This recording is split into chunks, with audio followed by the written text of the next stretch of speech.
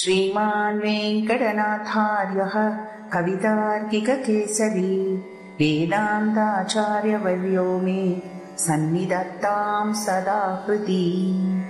श्रीदधिवामनस्तोत्रम्। हेमाद्रिशिखराकारं शुद्धस्फटिकसन्निभं पूर्णचन्द्रनिभं देवं द्विभुजं वामनं स्मरे।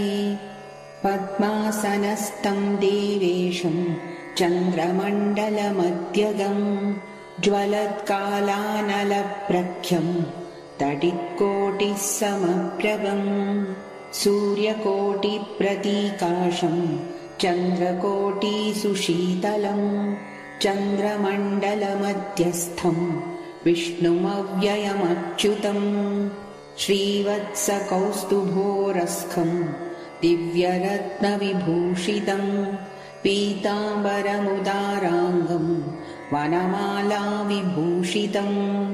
सुन्दरं पुण्डरीकाक्षं किरीटेन विराजितं षोडशस्त्रीयुतं सम्यग् अप्सरोगणसेवितं ऋग्यजुर्सामाथर्वाद्यैः गीयमानं जनार्दनं चतुर्मुखाद्यै देवेशै स्तोत्राराधनतत्परैः सनकाद्यै मुनिगणैः स्तूयमानमहर्निशम् त्र्यम्बको महादेवो नृत्यते यस्य सन्निधौ दधिमिश्रान्नकवलं रुक्मपात्रं च दक्षिणे करे तु चिन्तयेद्वामे पीयूषममलं सुधीः साधकानां प्रयच्छन्तम् अन्नपानम् अनुत्तमं ब्राह्मे मुहूर्ते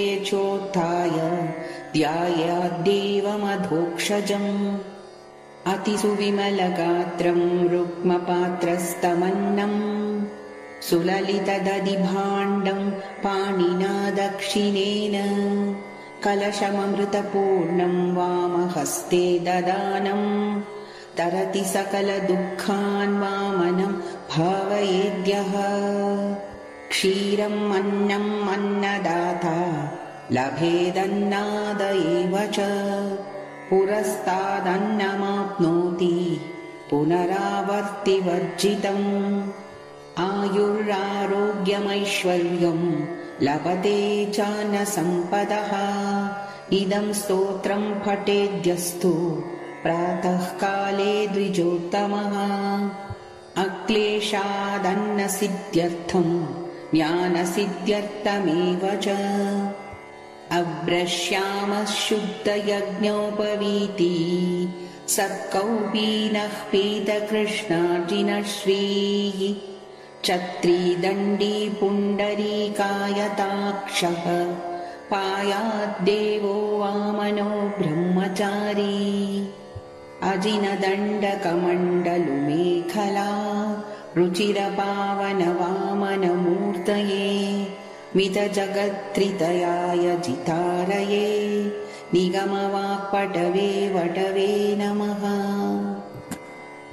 श्रीभूमिसंहितं दिव्यं मुक्तामणिविभूषितं नमामि वामनं विष्णुं भुक्तिमुक्तिफलप्रदम् वामनो बुद्धिदाता च द्रव्यस्थो वामनः स्मृतः वामनस्तारको भाभ्यां वामनाय नमो नमः। इति श्रीवामनपुराणे श्रीदधिवामनस्तोत्रं सम्पूर्णम्। ॐ तत्सत्।